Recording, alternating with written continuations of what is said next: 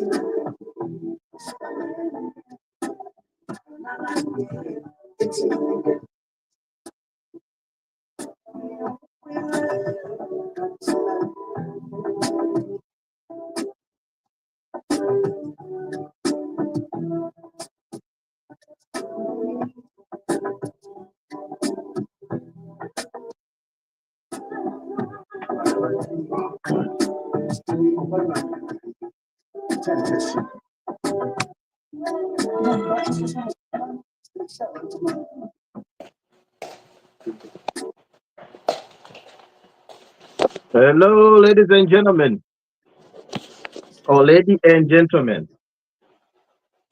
All right, here we are. Evran Grant Steps. We're just getting inside, getting everything. Oh God, they're getting everything ready. I guess I'm gonna do it from my phone today. Hello, people. What's happening? What's happening? What is happening? Thank you, lady and gentlemen, for joining. Of course, what's happening is a lot. Actually, we cannot, we don't even know where to begin. But a lot has been happening. By the way, welcome to the Red Tag Media Podcast. Uh, Finally, we got our very own Wakalinda. She's been playing hard to get nowadays. I don't know why. Yeah, And we're not hard to get now. But we just been busy. and we've got Wahamwami Wamasha, and I believe he's still enjoying his fruits. I can No, see fun. he limbered a lot. He had a lot of Matawa and the FRA. Did the FRA pay you already? No. I didn't take any mails to FRA. Okay, this was just for your I'm own just consumption. on consumption. Oh, No, but the fantastic. question is, seeing as you are there, Mr. Mata, there are reports Um, that farmers are not getting payments from FRA. What's going on? These people are gonna make us lose the elections. You don't touch our farmers. The Mm, government, we understand, released the money to mhm. pay these farmers like 2 months ago. What's going on, Bamaja? We are in October now. Actually, November what's going 2nd. on? What? Yeah, you What's tell going us. on You now are on is the ground. We don't want to be lied what to. is going Go on ahead. now? The farmers who have not been paid anything have started receiving their inputs. So don't ask me about whether they've been paid or not paid, but they're receiving the inputs. As to Mhm. whether they have been paid or not paid, I don't know. But they have started receiving their inputs. Fertilizer, Mhm. Mm. I even think where they pay. I think for the most part they've paid most of the farmers.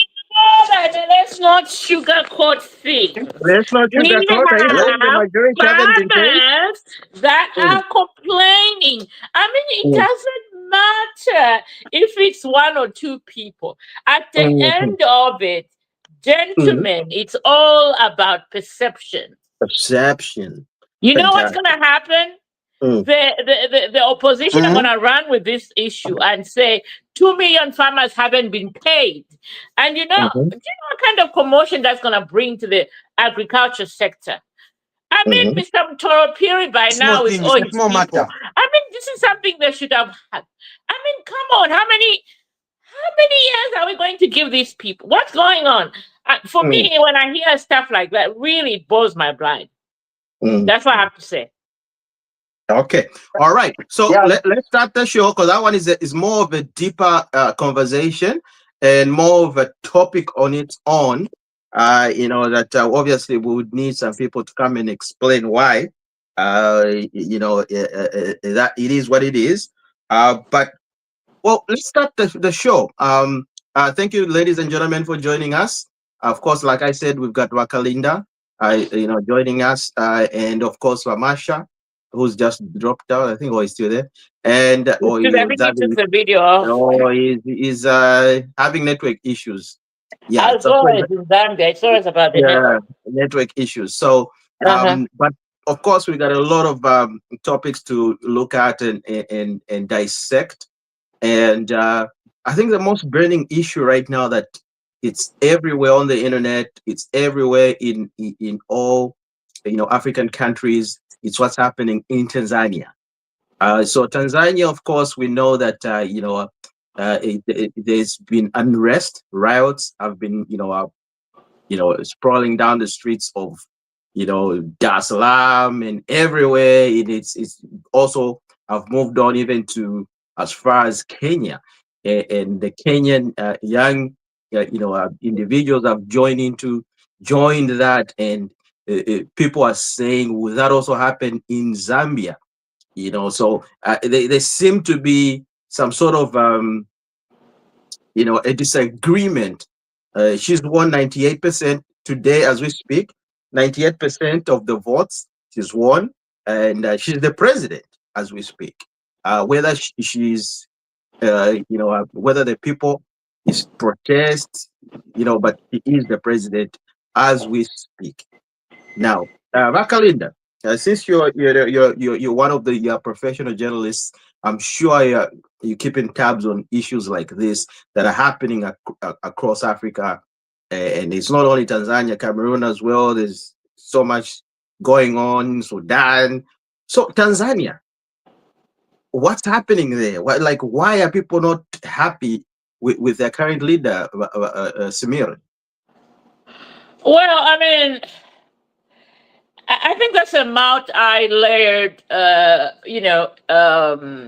problem in Tanzania or Tanzania, however you want to pronounce it. But I mean, let's look at it. Tanzania got its independence in 1961, right? Mhm. They have only been led by one political party called the LCCM, whatever you call it. It's the CCM, Chama Yeah, Chama the CCM. Mapanduzi Party. Whatever that is. Yeah. Yeah. So they've only been led by that one political party, right? The Mm. only things that have changed in the last 65 years of that country's existence, it's the players on top. Mm. Okay? That's the Mm. only thing that's changed. Mm. But it's one political party. I mean, stemming from that, I thought the lady that came on, whatever her name is it Professor, whatever? Anyway, I thought she had,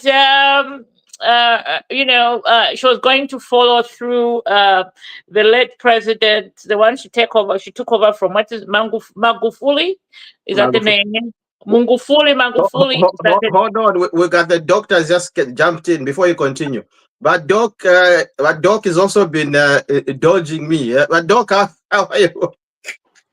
Good. How are you? How is everybody?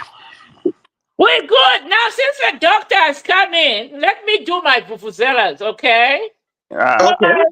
For my wonderful Aussie husband, let me do my vuvuzelas. Go ahead. No pleasure forever, whatever the weather.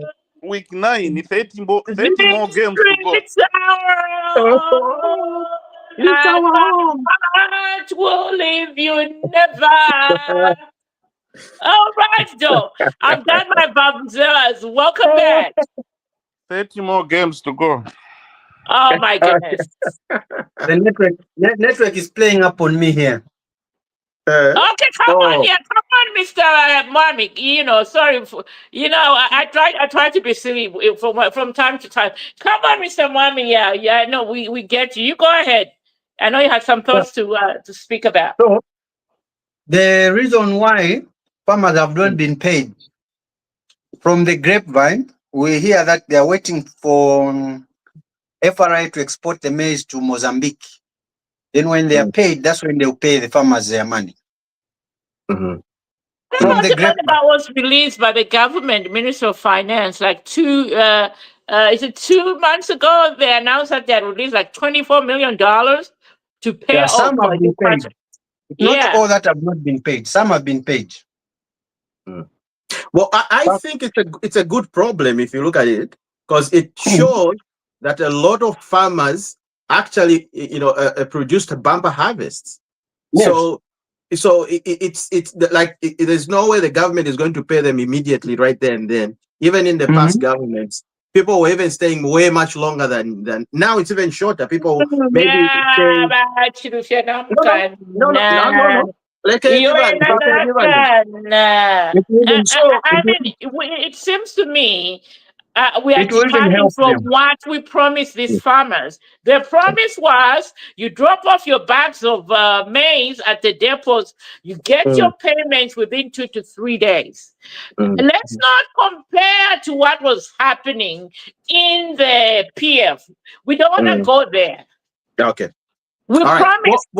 And that's what we've been doing. Rakalinda, let's not go back. Let's not go back to the PF. Let's go back to what we promised this time. Fantastic. It's less than a year before the next election. Please don't make me lose my cool on this. Okay. Farmers Badanda. Okay, so let's get back to the topic at hand. Let's not go into a different way, because like I said, that issue is something that we can tackle later on, but we have what we need to discuss today. And of course, everybody has obviously looked on the topics of discussion. So we're talking about the Tanzania issue, and you were just about to explain and finish what's really happening there in Tanzania. If you can just give us your perspective, and then of course we're gonna hear from Bamasha and then Danny. Thank you. Yeah, where was I? You guys put me in all kinds of direction. I forgot my throat. So I was talking about the CCCM, right? Yeah. The only party that's ruled Tanzania, the only thing that's changed is players. Then we had Magufuli dying, and this lady coming in, whatever her name is.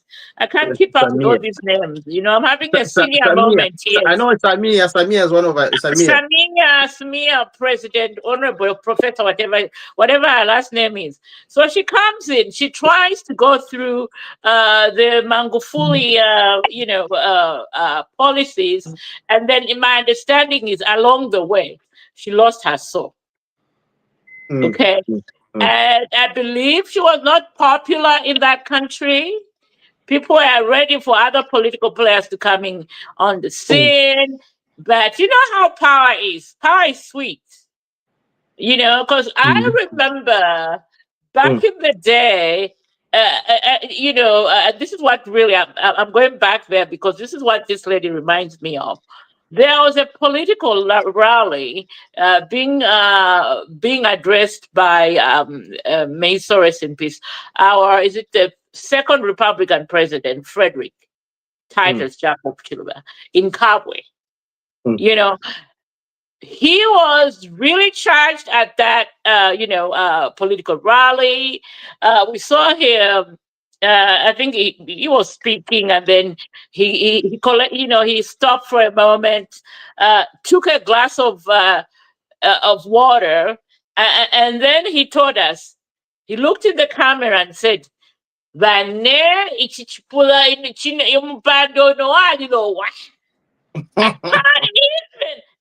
remember that political party? I remember that. You remember? You catch that day. I said, I think Chiluba said that. Yeah, he did. He said, "Oh, sweet." He stopped talking from nowhere. He just started smiling and rubbing his eyes. And said, this seat you see here is sweet. It's very, very sweet. Then he continued. He paused from nowhere and didn't just mention it, and then. But people are saying he was a little bit drunk on that day. Oh, or maybe he smokes a little chamba. Who knows? But anyway, whatever happened, though, it's exactly what happened to Samia. She realized, that she was in a hot seat, and I believe probably she's being used by who knows the underworld. So she wants to stay on, and then the people are not happy, especially the young people. And so, and with everything else that happened, all of a sudden people have no access to the internet during election time, and there are reports about ballot tampering. I mean, if there are 11 candidates on presidential candidates on the ballot, how do you get 98% and you're not popular? And that's what leads us to the people on the streets rioting. And unfortunately, the police are being used and the army to, trample on people's rights and trampling on people's rights with, all those bullets that are being shot. For what? Because I understand right now we have almost up to 230 people, bodies in the streets. I think it's not fair. I mean, it's sad that the African Union are not saying anything. But bringing it back to Zambia, though, it's sad that our opposition parties are going to jump on what's going on in Tanzania, thinking it's going to happen in Zambia. Zambia is a different case. You know, Tanzania has only had one political party. Mm. And when you look at our position with all the infighting, all the confusion, you wake up today, Fred Membe is no longer, socialist president. Tonse is just Mm. embroidered in all kinds of confusion. Do they Mm. honestly think that when our young people look at them, they think, oh, they'll hear what they're saying and go to the streets? Because right now we have the PF or Makebi Zulu holding the body of the sixth president hostage that he Mm. wants to use for campaign. I mean, what kind of nonsense? I mean, who is going? Anyway, let me stop there, because when I just look at the opposition, it's just like, oh my God. They're just gravitating to anything to think that, Yeah. well, maybe whatever is happening to Tanzania is going to happen to Zambia. No. Yeah, but they got it wrong. I mean, dog, come in, dog. Is it me or Bahamwami? Okay. Mr. Mommy Martin, dropped out. yeah. All right. For Mm. me, I agree with what Bakalinda is saying there. It's the power, the sweetness of that power, and looking at this party that has ruled the country since independence. I was listening to BBC Africa or whatever, no, Deutsche Welle or whatever. They were saying that the fact that this party has been in power since independence, it has so many people that have been enjoying using this power that it has a very big base of people that are not in public that are still enjoying since independence because of this party being in power. So Mm. these are basically the people. They mentioned a number of generals, I don't know, but there are quite a number of retired generals Mm. that have been enjoying under Chama Chama Pinduzi. Okay, so this Mm. base, the base of Chama Chama Pinduzi is huge, and it has consolidated itself as owning Tanzania.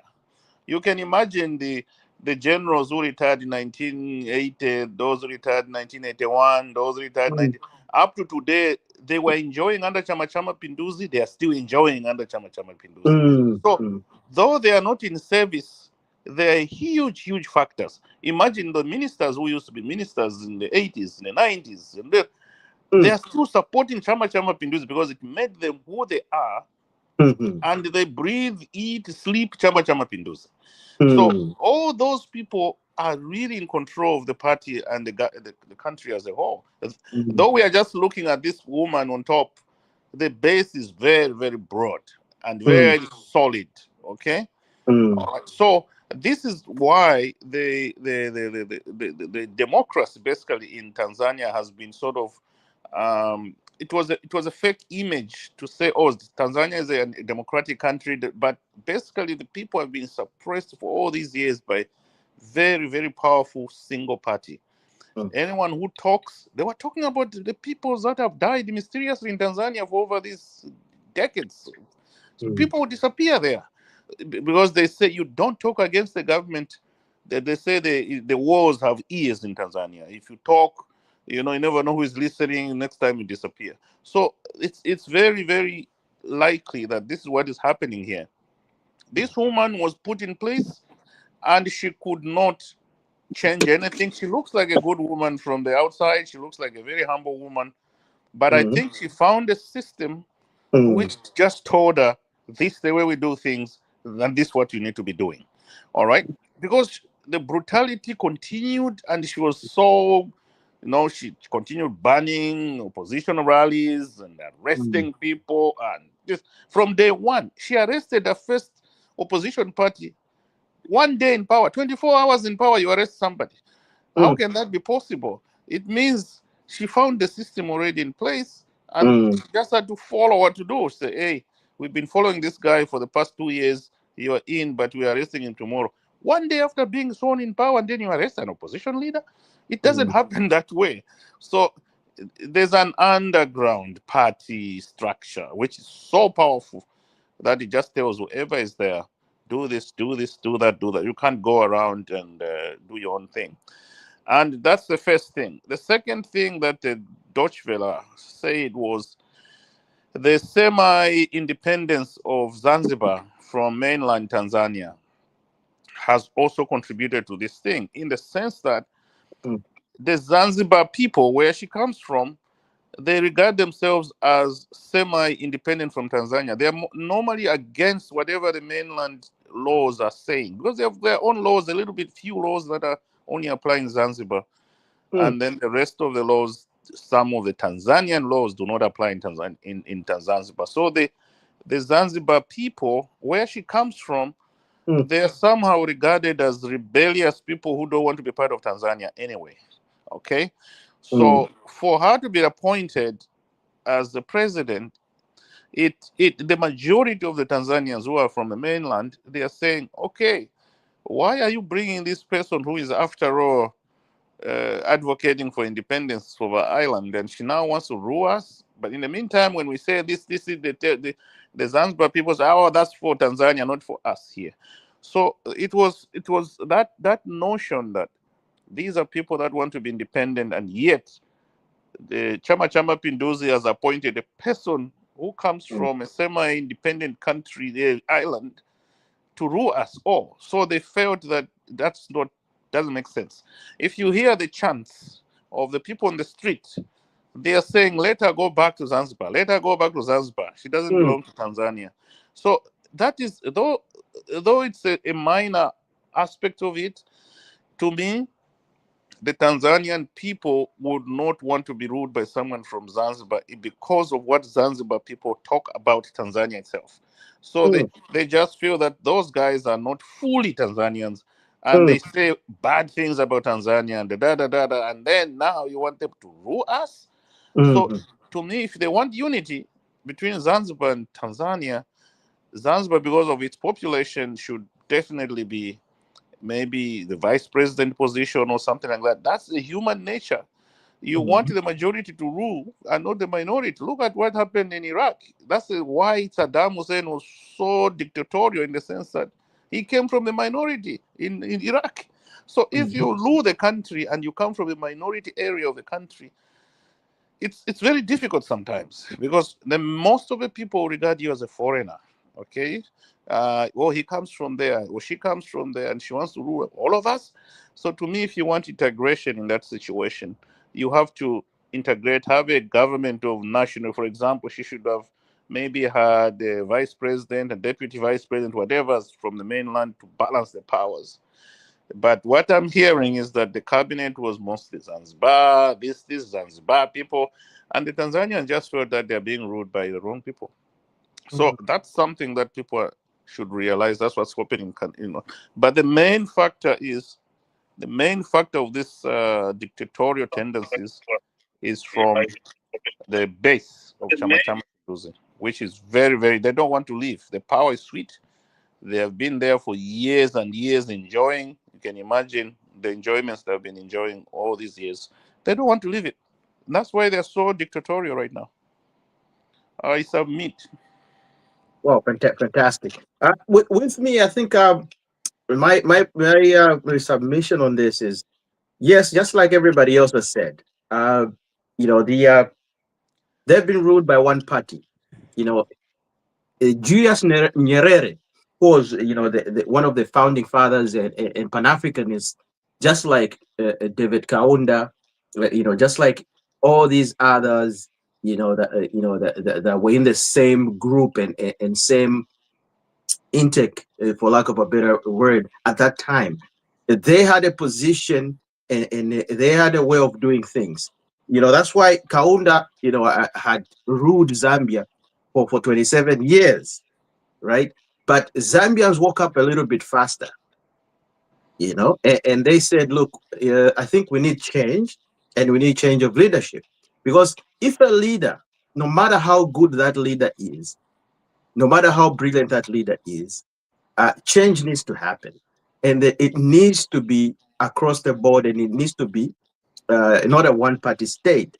So the one party state system, even though in Tanzania it's looks like it's not one party state, but it is actually one party state, because if one party has been ruling, for over 50 years, okay, then what's been happening to all these oppositions?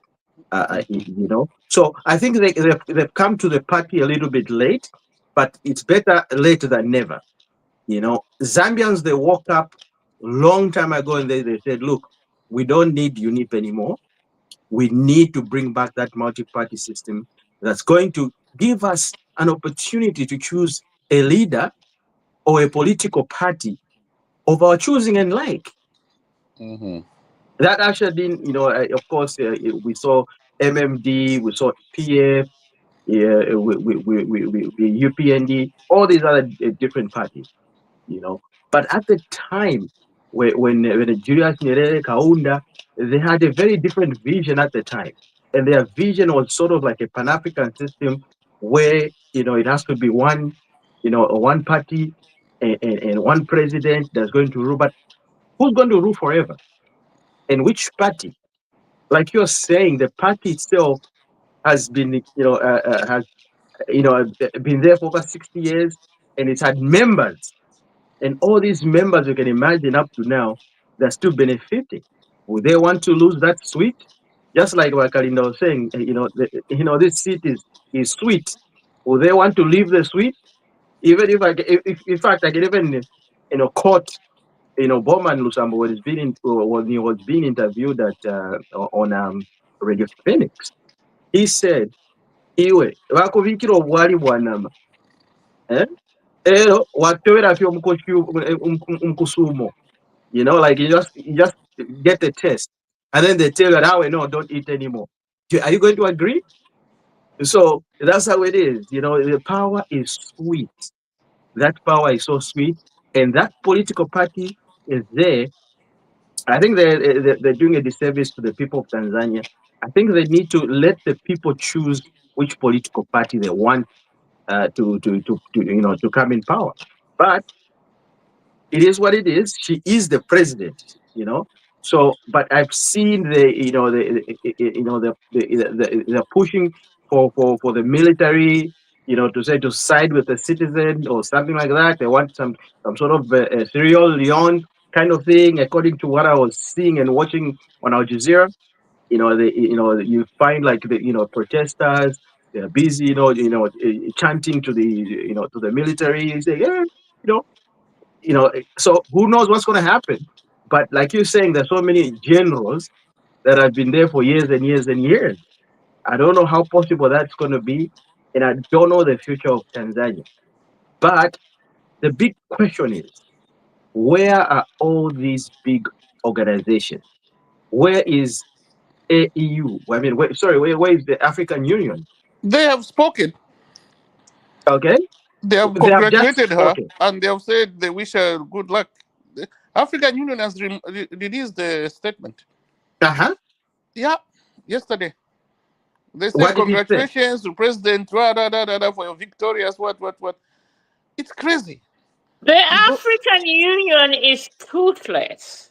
They have released the statement They already. are a bunch of cowards Yeah, who are only interested in what's in their best pockets yeah. interest, nothing else. It's a useless organization. It's a useless. I don't even know why, as Zambia, we are part of it. Mm, But anyway, having said that, I think for us, let's narrow this idea of the opposition parties just jumping at things that are happening around us, thinking if Malawi went the Peter Mutharika way, that's what's going to happen in mm, Zambia. If mm, whatever confusion is happening in Tanzania, it's what's mm, going to go in Zambia. I mean, what kind of thinking? What are those people mm, thinking?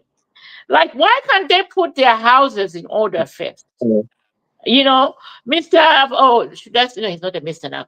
Dr. Freddie Membe. Put your house in order. You're not even mm, the president anymore because I understand Socialist Party is now under Kelvin Kaunda. Wherever that guy came from, we have no idea. And then the whole madness in mm, Tonse. Who's going to lead Tonse? Is it first of all, who's going to lead PF? I mean, PF is not even here because now PF is broken up in 4 or 5, factions. legally on paper, PF belongs to Chavinga, and Chavinga says there's no convention. We are the only. What are these other PF factions gonna do? Because they were trying to use the National Congress party, and look where that's led them. But I'm thinking Mundubire is working with that party over there, the Congress party, and Lubinda with Nakachinda, who is how many years did he get? 2 years or a year? By the time he comes back, will be in the second term of President Hagande's term. And Makepi Zulu trying to lose Edgar Chagwalungu's body to propel his presidency into something. What kind of nonsense is that? Somebody, please help me. Help me. Well, Vakalinda, it's very sad. I think you brought up a very important point or a topic. It's very, very sad to see leaders that people think maybe they might be, presidents for Zambia in the future, to come up with statements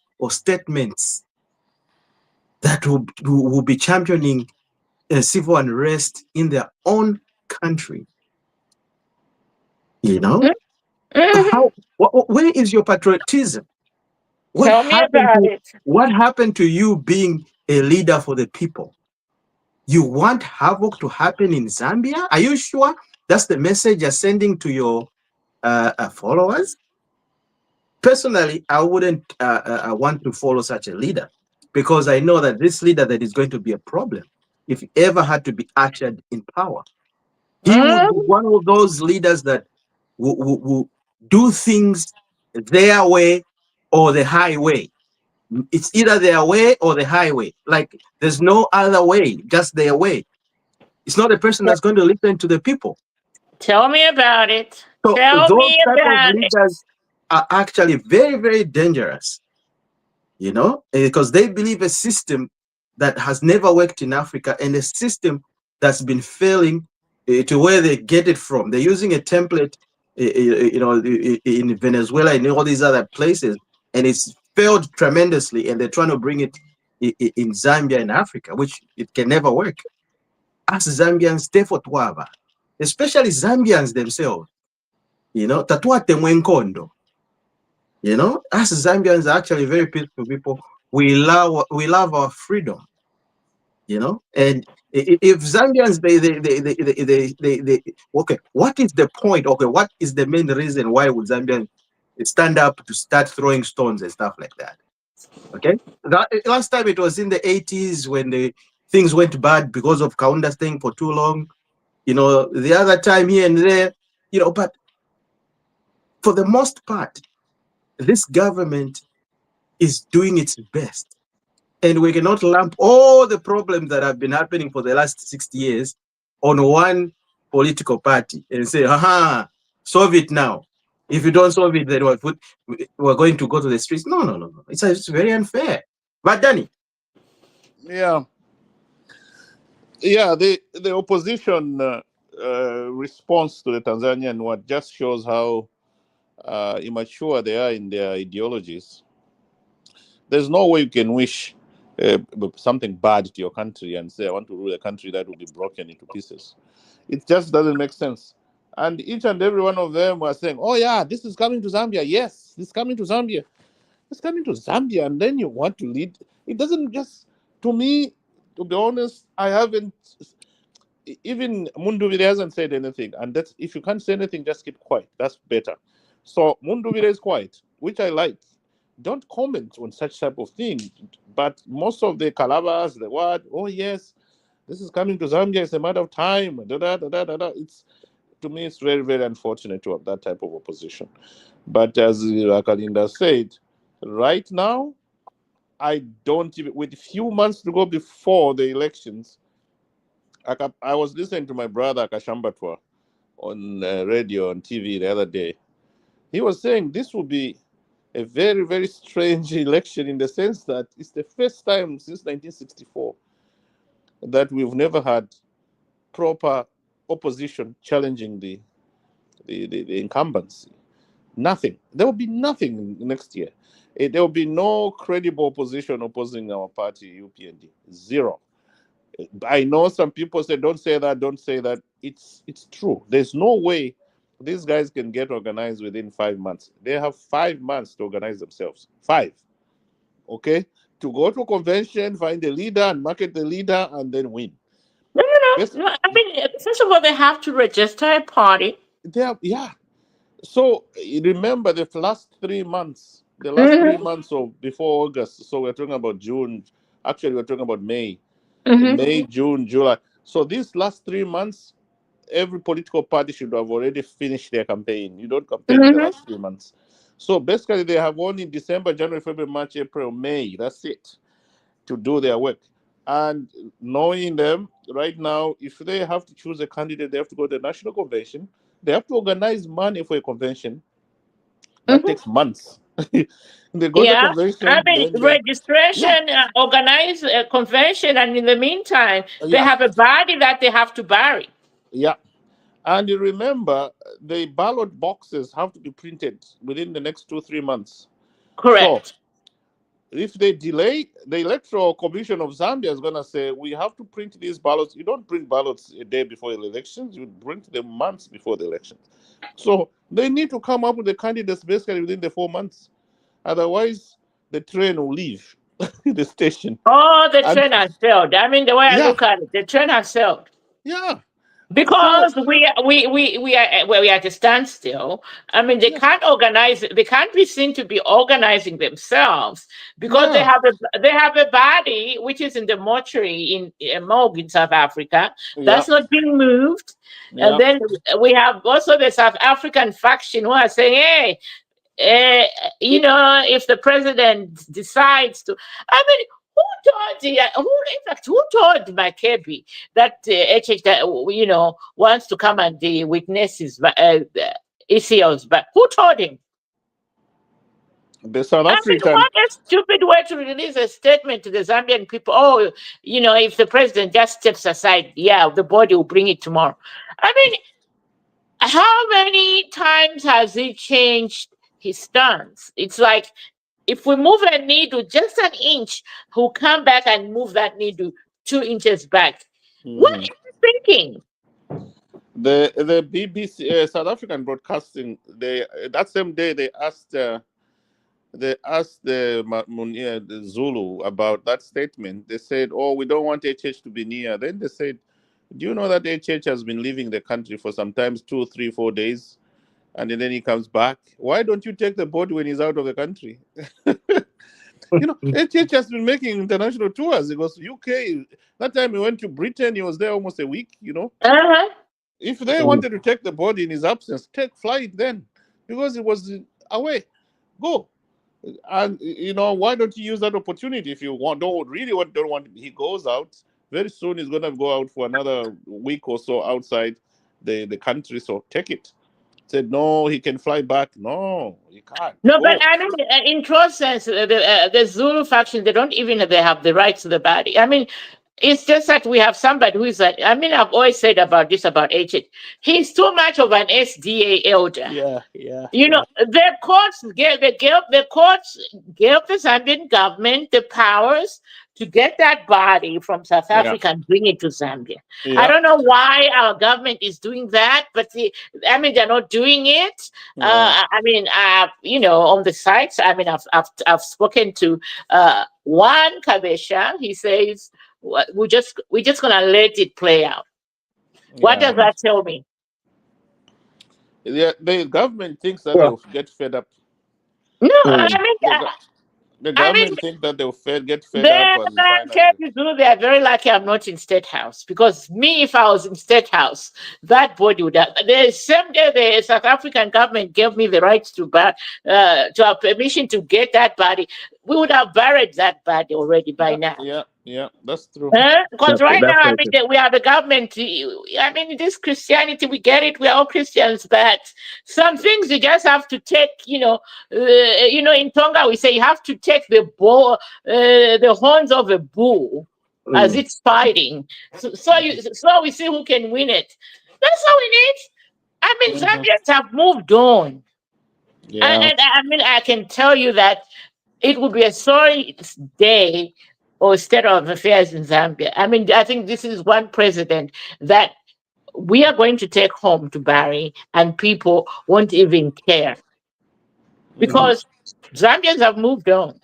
Yeah. I Well, mean, because when you ask most Zambia, they're even telling mm, you, but Shiko for Queen, it's okay. Yeah. mm. I Zambians are mean, when you tired, have really. Zambians on the streets talk like that, what does that give you? And Mm. you want to use the body to campaign? You think you're going to win? He Oh, said, come if I on! don't stand as president, I'm gonna sin against God. God has told me I should be the next president. Yeah. Oh Yes. yes, I mean, didn't he release a week in the same week this week? He released a statement that he had a conversation with Lungu, who told him he's going to be the president, the next president. Who talks But like how that? many You people are a have lawyer. brought up that issue or that story? KBF says the same thing. All these other people in the opposition, even Nakachinda says he told me. So everybody was promised, but who is? So, just on, tapping on Makebi Zulu statement, I think to me, it sounded a little bit funny because like the back and forth is really, people are like, what really is the problem? Because the reasons they're bringing across are very irrelevant and very trivial. For him to come up to say, oh, if the government writes to us to say HH won't attend the funeral, then tomorrow will be on the next plane. Really? I Mhm. think that's not a break of any deal. So childish. And that's Whether they the want it or not, I don't think I don't think they even want to bring the body because there's something deeper than what an average Zambian is seeing. Yeah. And then all of a sudden, what do we see? He wants to stand as the president. So he wants to stand as a president. He's the family lawyer. He's representing the family. Isn't that conflict of interest? Mhm. And he's the one on the negotiating table when they say yeah, we're talking to the government. I mean, yeah. how are you going to negotiate with somebody who's your opponent in the next coming general elections? Because obviously now it has become political now. It's no longer a family issue, it's I'm political. just saying, this issue has Hmm? been political from the From, inception. hmm. Okay, so these are the issues that Zambians now have woken up and saying, no, no, no. If really you're coming up to say, oh, I want to be the president of Zambia, now, how are the Zambian people going to listen to you? If one, you're just displaying how bad of a leader you are, or how bad of a negotiator you are. Because if you are put in charge of negotiating this, really, an average Zambian because you call yourselves the Patriotic Front, who's very patriotic to the country, they could have listened to the greater good and to the people. 100% of the people are saying, bringing back, we want to bury him because he wasn't the president of the family. He was a president for Zambia. And Zambia comprises of all these provinces, different parties. Even the PF themselves, the party members are saying, we want to bury our president here in Zambia. So why are they just holding on to it like it's Tumbi, Tabakwate, a political a song or a political, what you call it, a political anthem or campaign, So which is very sad. That's what they're doing. But I think that issue has been exhausted. Let's go to the next topic, lady and gentlemen. I don't know if you saw that. Kasonde Mweenda, the so-called one man party, National Neka Party leader. He went and sued the government to say, because of load shedding, I'm going to sue the government because they are load shedding the Zambian people, and because the Zambian people need to have power and they're exporting, blah, blah, blah, blah, blah. So he has sued the state. I don't know what you guys think. Whoever wants to tackle this first. Then. That's just madness. Is everyone knows the reason why we have load shedding, and If the government had just sat in the chair and do nothing, that would be another case. But right now, we know how many projects, the alternative projects for generation of power the government is involved in. I was so shocked when I saw that list of how many solar projects they are doing right now. More than 50 right now across the country. That's a lot of projects being worked on right now. So in the next few months or so, we're definitely going to be on top of this problem. So Kasonde Mweenda is just a dreamer or whatever. He's an alarmist. You can see he's always talking as if he's got some better better terms, like it's constipated or something like that. You look at his face. So it's I don't know, it's a being an irresponsible citizen in my view. But otherwise, everyone knows the government is doing its best to alleviate the situation. Yeah. Rakalinda.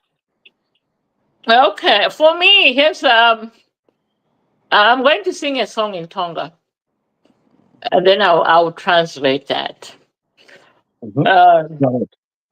In Tonga, we have a song.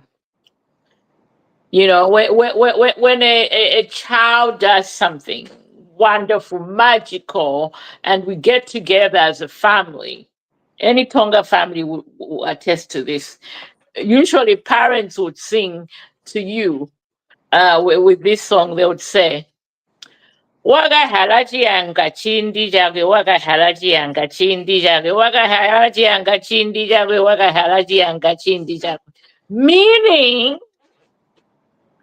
I know Chindi this time. Yes. The person who gave birth to a fool, that's his problem. Yes. And in Kasonde Mweenda, I don't know what Kool-Aid is drinking or what he's puffing.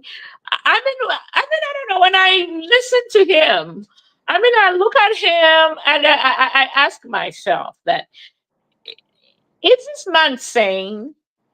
Because he comes up with I think he's out of, he's out of touch with reality. You know, like the dog says, the man is an alarmist. The man is out of touch with reality. I don't know. I think sometimes he thinks he's already the president. He has issued so many outlandish statements from the time he formed that political party that he claimed. It has this mantra, the legs shall take us there.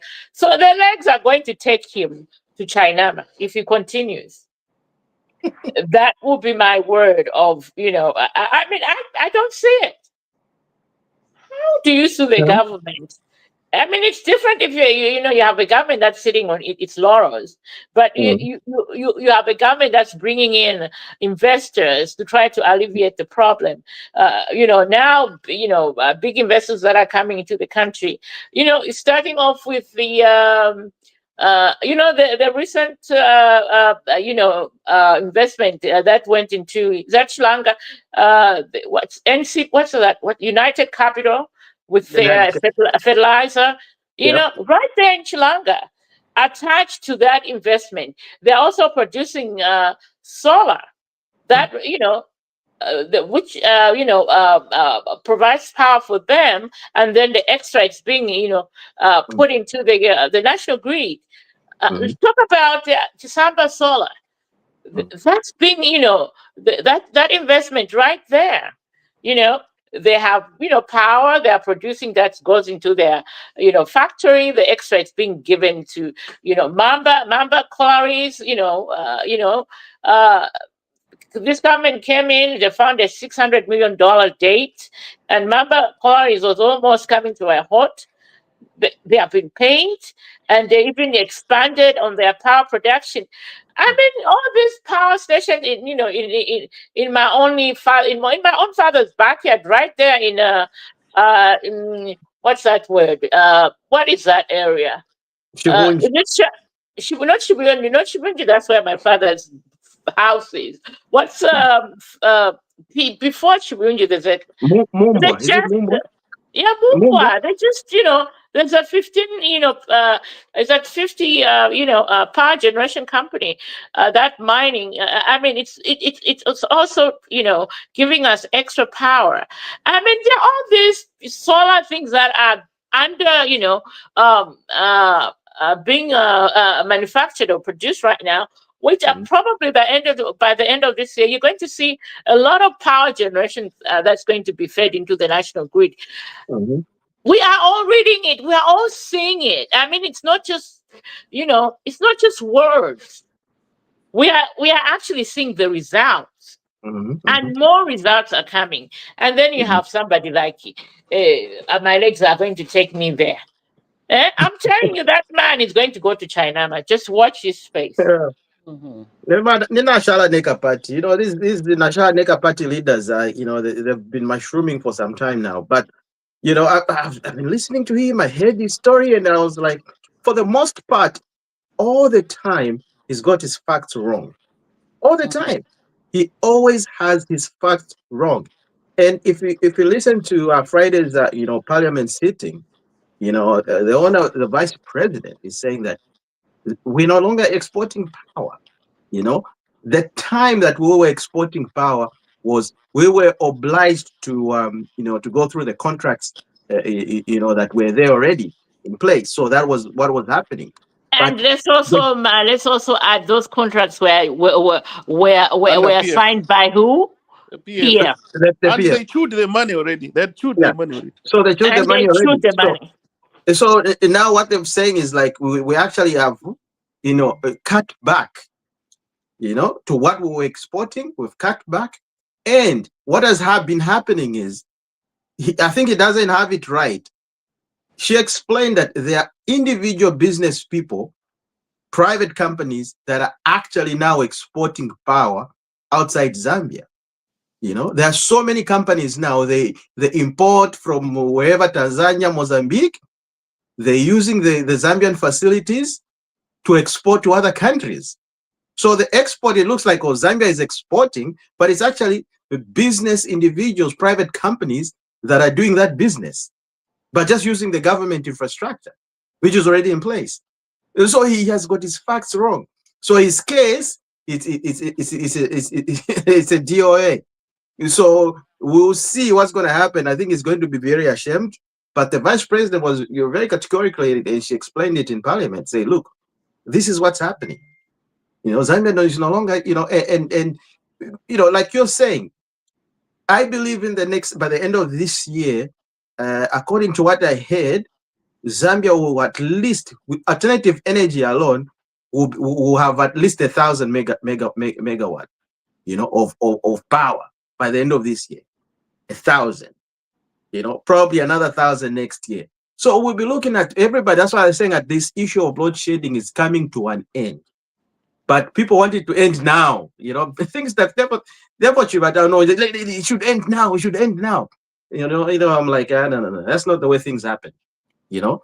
By the way, So there were MPs mm, that were given up to next week to produce evidence that Zambia is exporting power. yes, yes. So now So, they are saying, no, but we had 5 months ago. I said, that was 5 months mm, ago. mm, But the speaker gave those two mm, MPs, yes. including is it this guy, the Kitweb guy? There was one guy from Mukushi South. I forget his name. Yeah. Who brought it up, and then I don't know who else. Which one? Binwell. Yeah. Yeah. So all those So people, they have they been talked about told, bring evidence right now, evidence. next Friday, Hmm. and let's see it. Yes. Because people they're misleading the people, and people are just listening to them, and they say, "Oh, FHTK kanshi, Hmm. kanshi FHTK." Yeah. Anyway, so on another story, a nice Quenu, the nice gesture by our first lady, Ramayova Mutinta. She went to the Copper Belt and made a huge donation to Kitwe General Hospital. I think the last time I was seeing, a first lady being this active in terms of, her practical work. and donating to the less privileged. I think it was very actually he was very good at that. To be honest, I don't know, but I didn't see Esther Lungu do anything like that. Besides her having an organization that she said she had an NGO, I never saw her. I'm sorry to just bring it up, but I was just thinking. Chilufia, I was just thinking. you don't want me to take me there, do you? So I was just thinking to say, hey, Do you woman, want me to remind you of uh, the dinosaur? Baliaba Mayoba Nanyuba Esther came here to America to collect in Los oh, Angeles. That fire truck, if a my outdated dinosaur, the fire tracks, uh, which she donated to Saka Fire Department. which have never To, been used. it's never even so. It never left. It's as we speak, it's on stones. Eh? And she used $1 million to go and My collect God. that dinosaur. She had So, 30 people in the eh, entourage. yeah, Three so zero. don't take me there by Chilufi. Let's Three just zero. restrict our comments on on my wonderful older sister here, Yeah, Mutunta. Yeah, so go ahead. I yeah, didn't yeah. want you to. You took me there. Okay, Blame so yourself. it was just a thought. I was just thinking, while I was watching what she was doing, I was like, "Well, this is brilliant work. I mean, this is a nice look on the government, the country, and I think as a whole, in the first family, I think they've proven to say we love Zambian people, and sometimes they do things out of their own pocket. Sometimes they would partner with donors, but when that happens, it is shown. It's not hidden. Yeah, it's not a secret NGO that nobody knows. So I think that was a brilliant. I don't know, you guys, if you saw that. What's your take on that? What's the impact on the people in the Copper Belt? Just Zambia as a whole. And the image of UPND and the president. Yeah, that Well, was I good. mean, Go go ahead. ahead. No, go ahead. You already. I heard it good. I already spoke. Go Yeah, ahead. that was a good gesture, and I like the way the the media covered it.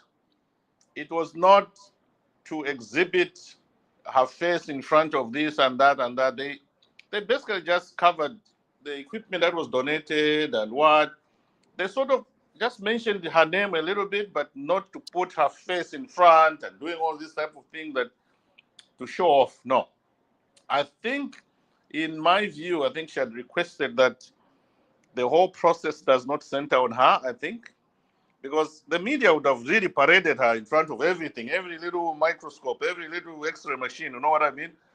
But she didn't do that. She stayed away from that. The media were concentrating on showing the equipment.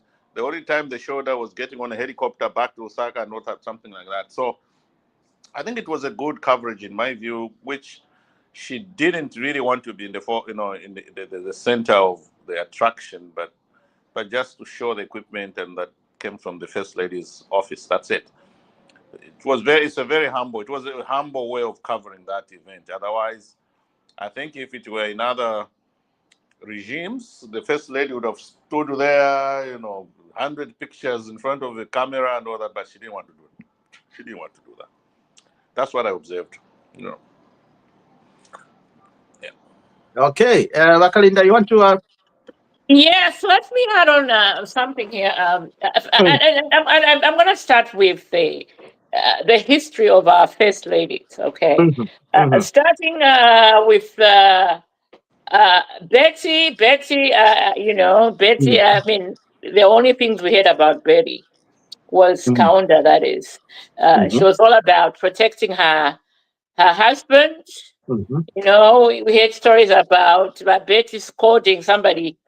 uh, somebody, a servant at State House, because she looked at a dog in a certain way. Now, that story is neither here or there. She poured that woman in hot water. Ah, And she just took a hot a pot boiling of hot water and poured on the servant at State House who was looking at Serious?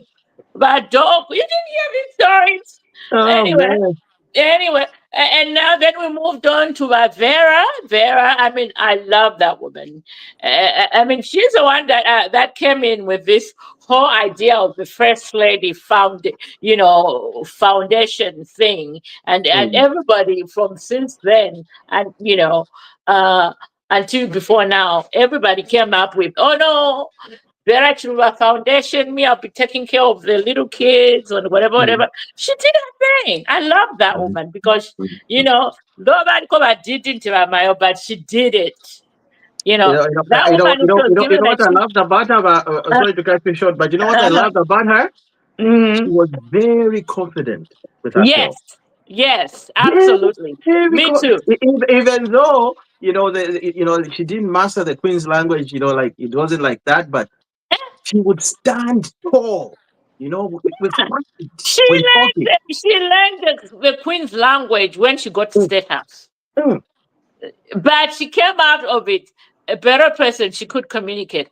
Her confidence. I mean, I just feel like she came maybe from a very poor background, and she got lucky, met by Frederick, though he left her in a bad state. But at the end of the day, if that woman was coming from a rich family, she'd have gone far in life just by the confidence that she exuded.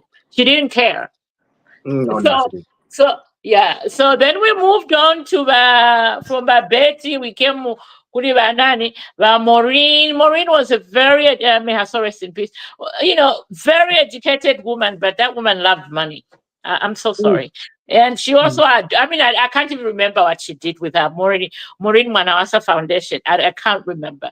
Now that was also a copycat from Bavera. And then we moved on to, from Bavera, Maureen, we had who by Tandiwe. Tandiwe was a young lady. She was just thrust into the role of a first lady by, her late husband, Dr. Banda. But she had two young kids. Also, she did what she had to do with her Tandiwe Foundation, Tandiwe Banda Foundation. I think she went into education because she was a teacher at heart. Well, we give her kudos. And then we came to who now? From Tandiwe, we had Vaesta. Vaesta, I can't even know what to say about her. And then we have now Mutinta. Mutinta has no foundation. She came in, she said, nope, I'm not doing I'm not going to duplicate what Vera did or Maureen, Esther. I don't want a foundation. I'm just going to pick whatever comes to my heart. And this is what she's doing. That's who she is. What she did in Kitwe, that's going to go a long way into reducing the mortality rate of our babies. And that's huge. We can't have in 2025 half of the babies being born in hospitals end up on a deathbed because they're lacking machines, drugs, and proper care. So what she did there is huge. And the doc said, she didn't want to be put, as people from Shibuyunji, or should I say Shikatende, we really don't want to, we rather our actions speak for ourselves. We don't want to be seen.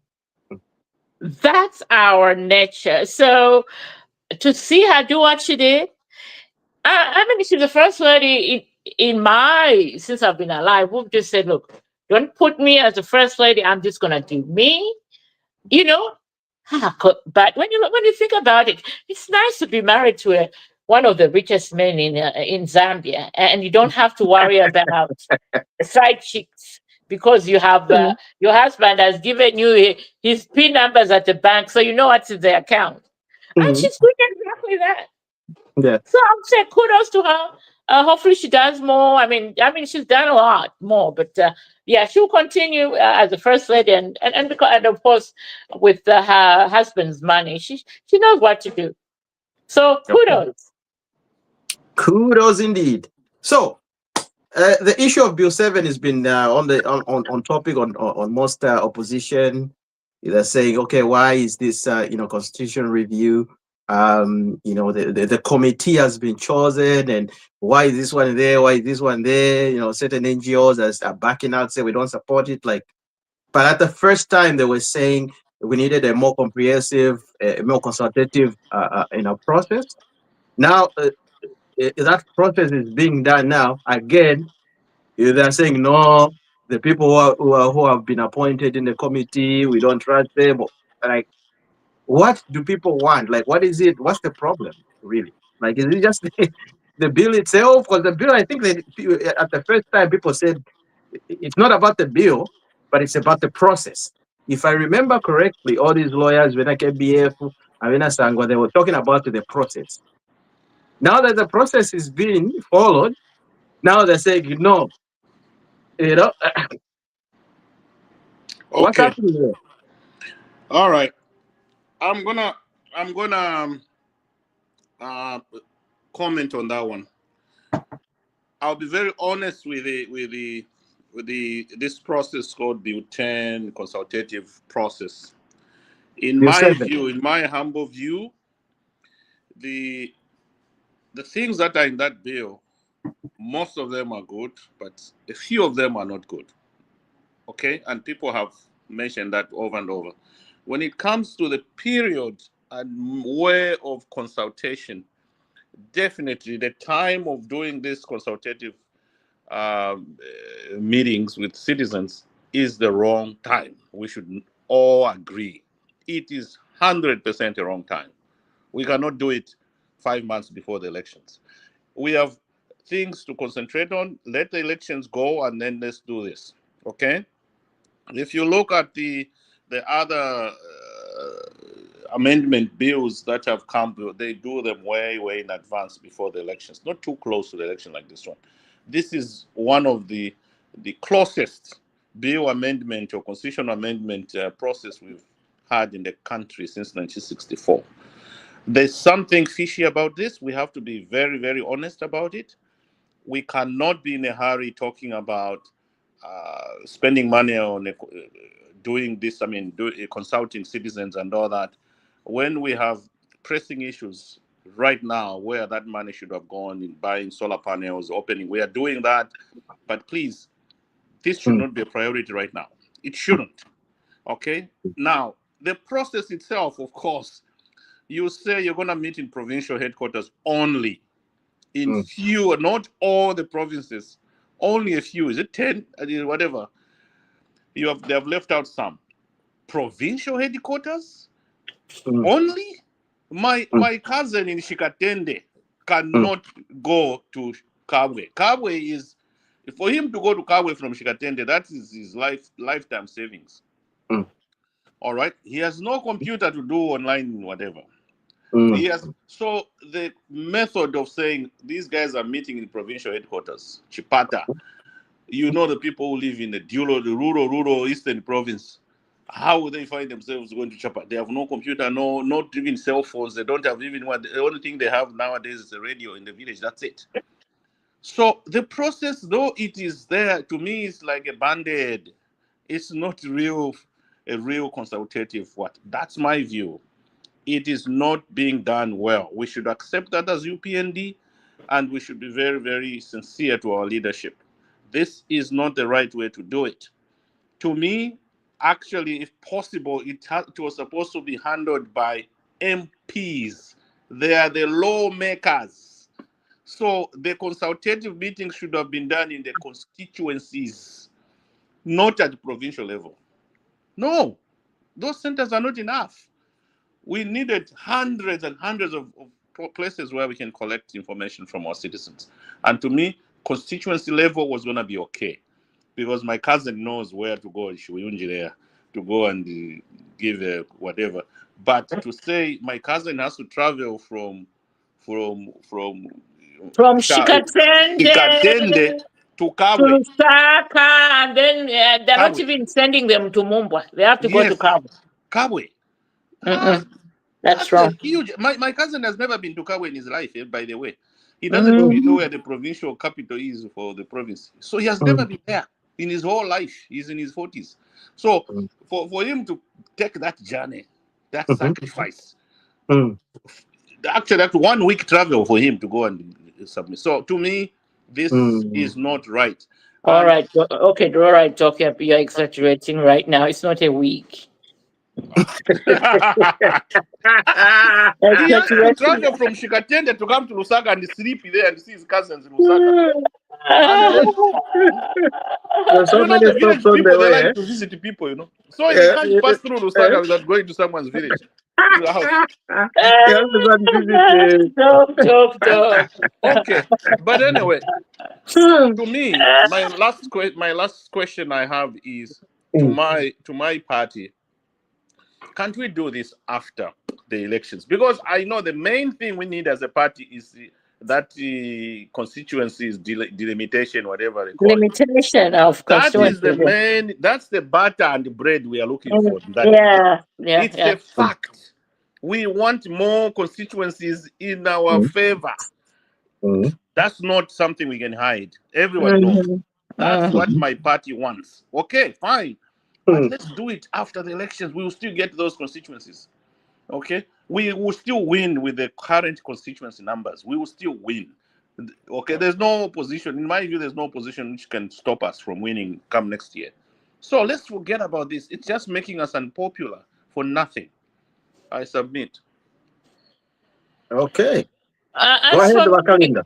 I thought the doc was going to agree, and then I was going to disagree. But I strongly also disagree on this one. I think for me, it's a timing factor, because this is something that we should have done out of the door, or out of the gate when we came into power in 2021. Doing it now, it's a little too late, and we're giving ammunition to the opposition that's not even there. Like the doc says, why only provincial centers? Why are we only doing? I personally, I will submit virtually my submission to the constitution, and this will be the first one I'm ever going to do. I'll do it virtually, but because I've got the means and access to, hoping that when I'll be doing my submissions, the network in Zambia won't be, working against me. Like, we had the network working against Mr. Himwami today. Yeah. So I mean, not all of us have that privilege or the time to actually do it. So only doing it for 30 days, come on, people. Let's be serious. We're trying to produce a document that's going to stand the test of time. There's a reason why the American Constitution is not being doctored like the way we doctor ours. Like every party that comes into ushered into power in Zambia, we have to doctor our own national constitution. We have no respect. That should be the document that supervise the way we live our lives, the way we do things in the country, the way we respect ourselves, and all of that. But why should we doctor that document every regime change? So really, yes, there are some lacunas. We've heard about them, but this is not the right time to do it. It's not the right time. Mr. President, if somebody's going to give you this podcast today, please just call it off, because it's making us look desperate. It's making us look bad when you've done so many great news in the country. This is not it. If you have to do it, let's do it the proper way after you win the elections next year. So for right now, let's just suspend it. It's not worth the little ways we are putting into it. It's not worth it. We have got better things to do. I submit. Well, good submissions, guys. But the process already started. So I It can be don't know if they, suspended. It I can don't be know if they can suspended. halt it right now because they halted it, and then when that court judgment came in, and then they say, okay, fine, let's go to what the court recommended. Yeah, but Um, we have already a court case against mm, this mm, these submissions people are making right now. We have a court case. mm, So the okay. court case, the constitution will have to rule again. If they ruled against us the first time, 100% chance they're gonna rule against this. Munia Zulu and them, they've already taken this case to court. So, you know, That one, already heard the Munya Zulu yeah, and there's a new one against this current submission that mm, people are making. So, yeah. Yeah, Oh well, yeah, and I think we got the we got the best minds in UPND. We got the best lawyers, and of course we got the Attorney General. Of course, they are advising the government on the best way to move in these issues. I wouldn't even tap into it much, not until we actually really hear the way forward after all these, or after all everybody's been saying. What is it? What's the percentage of the people that? How many people want this process to go on? How many people don't want this process to go on? Like, what is it? A 50-50? Is it a 60-90? 60 whatever 40? Like, or is the majority? nobody has done a survey on that. We Mm, don't know. yeah. So until So we the know only that. way we're gonna Mm, know, I mean, the sampling we could do, because I've done a little bit of survey in my mm, in my line of education. Come on now, the only way we're gonna know is we will take, for instance, take the province of Lusaka. How many people are in Lusaka? I'm going to put a number: 2 million. Of the mm, 2 million, how many are adults? How many people are 18 and over who can actually make these submissions? mm, It's probably 1 million.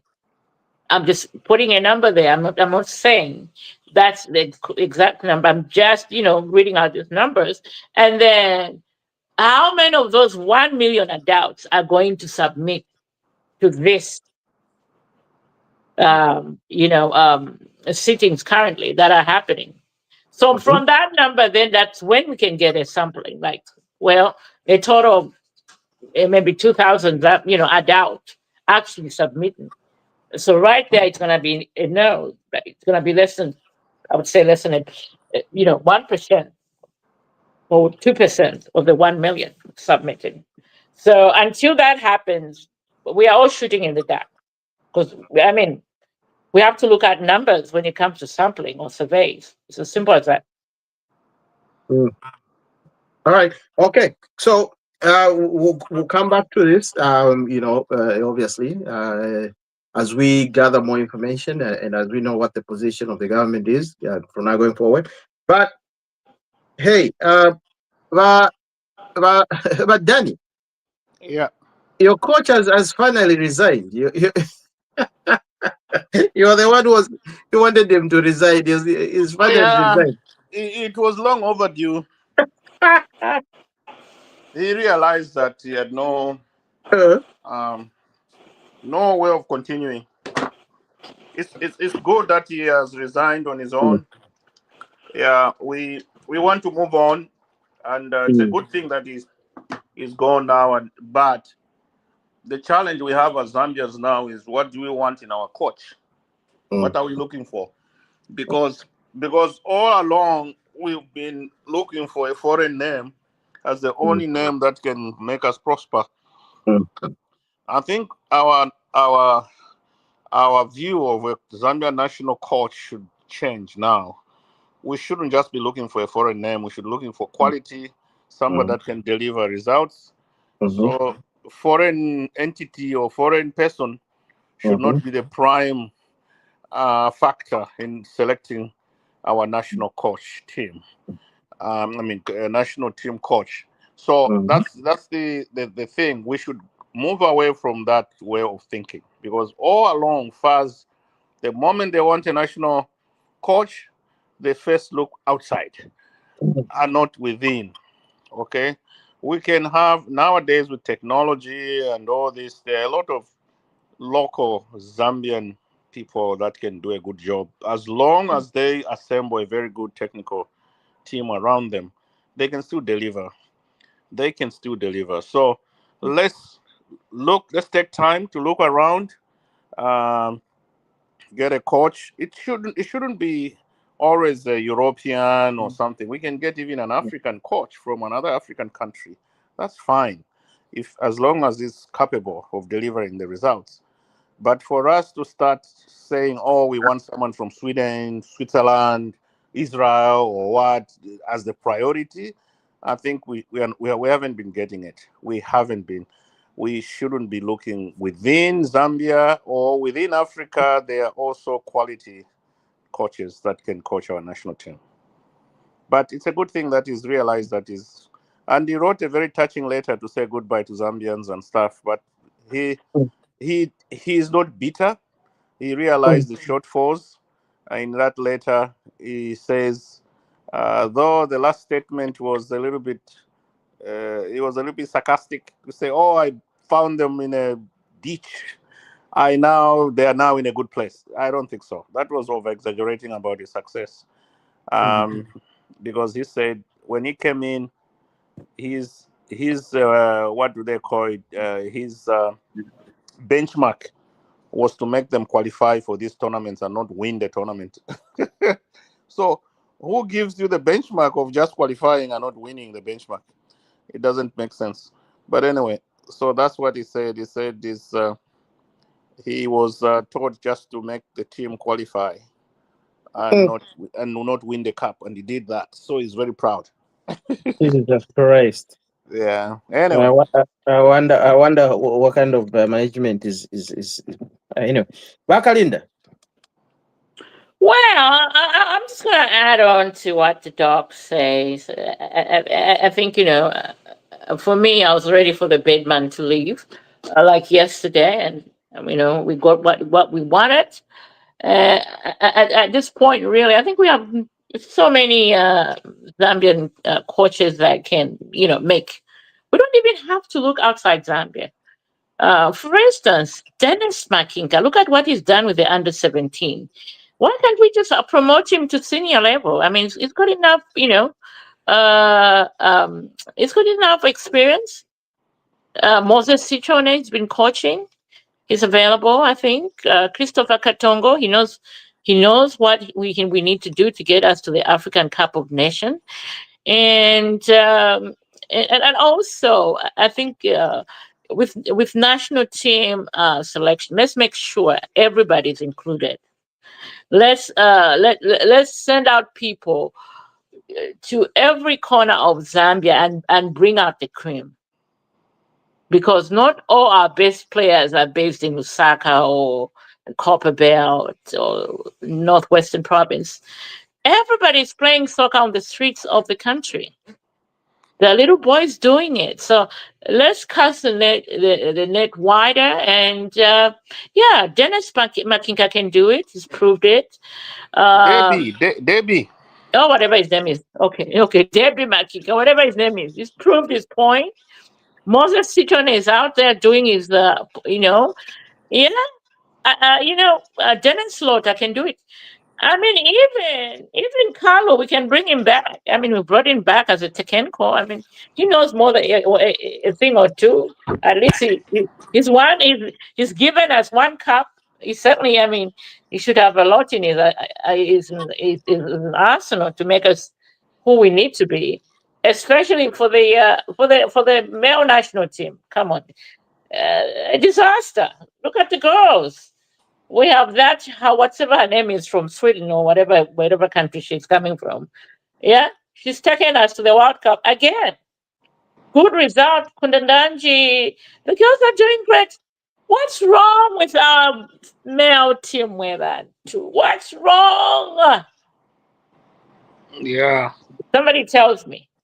I think playing the same team under different coaches, thinking we're going to get different results, is a problem. I think for the male teams in Africa, we have this sort of football corruption, the so-called football corruption. The coaches want players to respect them like little god, like a little god, so to speak. To say, if a player does not respect me, he will not be on the lineup. If the player does not what, sometimes the players shouldn't be afraid of you as if you are, it's just a quality you want in the players. Look at this guy, what he did to our own Fashion Sakala. He contributed to us not qualifying or winning. He just tossed him out. Fashion And then Sakala is very stubborn. He doesn't listen to me. So and he the will day never he play for them. comes back, he wins us a game. Yeah, that's a guy who wins us most of the games, and then because he doesn't agree with you, you take it personal that you never feature him in the national team. So Zambia, really, really, we don't know those games we were losing without him. Whether And we we have kept made it. quiet about it. We kept Yeah, quiet. Nobody said we anything. kept quiet about it. This guy is eliminating one of the best players we have, and then you're just quiet as fast. Come on, that's So unacceptable. I think me and my take on this one is we have that inferiority complex that a lot of African countries have, not just in football, soccer, everywhere, even in the economy, even just running our own countries. I mean, there's just that a thing to say if somebody's got a different skin tone, then they're better than us. So we need to start gravitating to the position where we say, look, we can source all these. Zambia is very talented. The players are talented. Yeah. The players are already talented. All we need is a coach. Now, there shouldn't be a disconnection between a coach and the players. Most of these young, talented players, most of them have, they haven't reached that high level of education. So even the communication itself, one, there is that breakdown of communication. Because he obviously will be talking to them in English. But imagine this, Even his all, English wasn't all there. yeah, Let's put it out there. So, but my point is, if we have a coach that can simply break it down to the players in the local language, just like the way KK11, I forget his name, the coach, it was. He would sit there and start to point, Iwe, Mupikoyo, you know what I mean? And people would understand that. Iwe, hey, speaking our own language, just like other countries in South America, they'll be there speaking in Spanish, and that's how the players they coordinate. They're like, oh, okay, we understand better that way, okay. And even just the communication, even the culture breakdown, even like it's football it's not just football, but it's bigger than just football because you're now intertwined. You're going to be together for the next I don't know how many years. So if the culture your football players, they want to do something, they want to eat in Shima, you want to go and eat spaghetti. You have to have that coach that understands the players understand the coach, you understand each other's languages, and you're able to communicate properly and say, guys, guys, onani, papa vaipa, so. That's true. Can I also throw in something there and digress a little bit? Because you know how I love to digress. The coach who won us the African Cup of Nations was a white man, chairman. He hardly understood, and his English wasn't all there. What made that coach so special? He didn't speak the local language, but the boys gravitated towards him. Even now, when you speak to that winning team, they speak of him like a god to them. The boys and girls The boys and girls. What was his name gravitated again? towards. He married a Zambian. Yeah, what's his name? Are you talking about is it Evran? What was it? Very nice. Yeah. He ran away with the Zambian woman. But you see how his coaching system was. He'll be screaming. He'll be telling you don't have a coach na ikala pampandole tamba fe bola na ikala. Bed signs na imwe baliranga ma bed signs. Are you a spectator or you're a coach? Baliranga ma bed signs. Yeah, I listened to Chelsea talking about him when he was at Chelsea. They Uh-huh. said the same thing what Chanda is saying. They are saying they were discussing it. But that coach today we in NRA she pull up a bench. They were saying that. No, but he was too. Right. Yeah, In all seriousness, I think he was too old. yeah. Yeah. He He was. just He was. didn't have the He was. energy. The players are Yeah. there pushing instead of when you see the game going very Mm, very hot. mm, The coach as well has to be in the same mood as if it's the players. But mm. from Dara, Look at our coach at Arsenal. Arsenal. Okay, sorry. Mm, I digress. always sleeping on the bench. mm. You know. However, Yeah. nobody look Kenya. I don't know the I'm a budget baba pela man and can fazi. No, Bapela find the coach. It's Kamanga. That's why he didn't want to leave. Yeah, Mm. he gave that coach a $3 million contract. What do Yeah. you? Eh? We want to Bakwaresa. Now we have been saying it.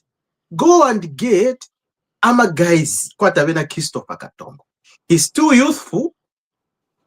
The players will be able to relate to him because he's youthful. Okay? And he wants to prove it. And he You see wants what to I'm prove a saying? point. Debbie Makinka. He's You see- taken an under 17 male national team to the World Cup Yeah. for the How much? first time. That's not a small feat, Vane. Yeah. Eh? He has seen it. Eh? You can let him, okay, go and finish your project to go to World Cup. After that, to pay $500,000 come and coach the national team. Yeah. And you'll see what he's going to do. Because he has a point to prove. Yes. But But yeah, but anyway, that was bad. soccer football is, one funny thing is this.